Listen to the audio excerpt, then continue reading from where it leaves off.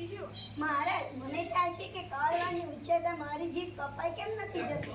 સમજી ગયો, હું સમજી ગયો ઋષિ, હવે બોલવાની જરૂર નથી.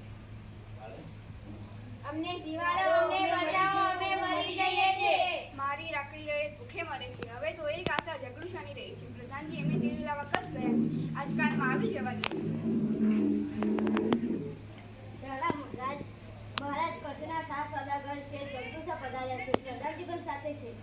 એકદમ એમને અંદર લઈ આવો. મહારાજ, પ્રધાનજી કહેવાય છે કે છે જગદુશા સાત સદાગર છે, તેમનો સત્કાર કરવા પોતે. સમજ્યો.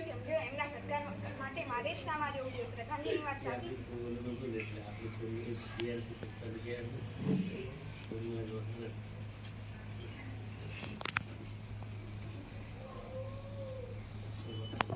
મહારાજ, ઓચિંતાનો કેમ યાદ કર્યો મને? સુખ દુઃખની વાતો કરવા શેઠજી. ગુજરાતમાં આજે 3 વર્ષથી કારમાં દુકાળ ચાલે છે.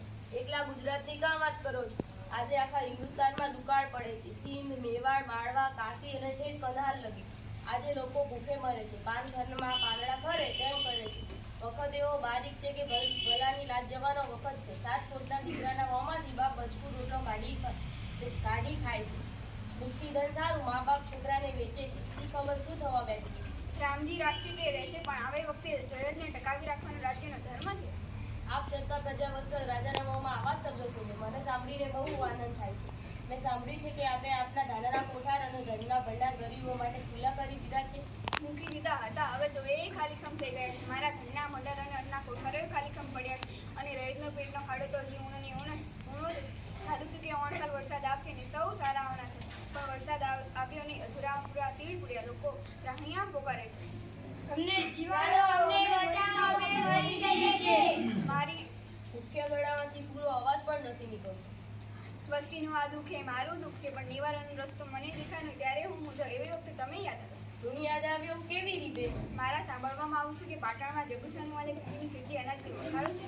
મારી માલિકીની અનાજની વખારો? મહારાજ, આપની કંઈક ભૂલ થઈ લાગે છે. મારી માલિકીની અનાજની વખારો મેં કોઈ પાટણમાં કે કોઈ શહેરમાં રાખી જ નથી. તો અમે સાંભળીએ છું. આપની કંઈક સમજ ફેર થઈ લાગે છે મહારાજ, કારણ કે વખારો મારી કરી. વખારો આપની છે ને આપની માલિકી નથી, એમાં આપનું કેવું છે? વખાર મારી છે તે વિશે મને કંઈ શંકા નથી. અને વખારો મારું અનાજ? એ અનાજ મારું નથી. તો શું તમે કોને દીધું છે? ક્યારે દીધું? કોને દીધું? હું તમે એના મોં માંગ્યા હતા. મેં કોને દીધું, ક્યારે દીધું તે જાણવું હોય તો આપ એમ કરો ને, વખારો ખોલાવીને તેની તપાસ કરાવો ને. એ કેવી રીતે ખબર પડશે? એમ જ ખબર પડશે. દરેક વખારની અંદર ભીખપત્ર, તાંબાપત્ર પર લેખ લખીને જણાવે છે અને તેમાં તે અનાજના માલિકના નામ ઠામ બધું જ લખેલું છે. કોટવાલજી, જાઓ વખારો ઉડાવો અને લેખ અહીં લઈ આવો. જેવી આજ્ઞા મહારાજ. મહારાજ, આપે આટલી તકલીફ લેવાની કઈ જ જરૂર નથી. મેં મારા માણસોને કેને ત્યાં મોકલી દીધા છે, તે હમણાં જ અહીં આવતા જ હશે. પ્રણામ મહારાજ, પ્રણામ. આ દે લેખ? હા મહારાજ, પંડિતજી પાસે દેવાનું છે.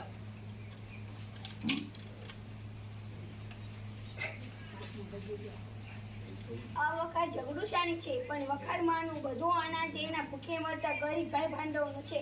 દેશની ભૂખે મરતી વસ્તી આ અનાજની માલિક છે. એના એક દાના પર જગડુશાનો હક નથી. વાહ વાહ વાહ વાહ વાહ વાહ. વાહ જગુશા વાહ. તમે તો કહેતા હતા કે અનાજ તમારું નથી ને? તો મારું છે, એ તો ગરીબોનું છે. એ અનાજમાંથી મારે એક દાણો લેવાનો મને હક નથી.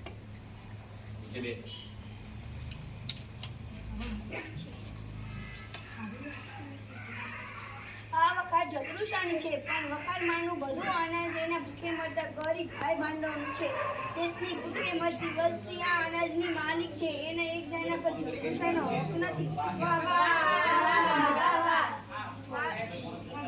આ વખાર જગડુશાની છે, પણ વખારમાંનું બધું અનાજ એના ભૂખે મરતા ગરીબ ભાઈ ભાંડવનું છે. દેશની ભૂખે મરતી વસ્તી આ અનાજની માલિક છે. એના એક દાણા પર જગડુશાનો હક નથી.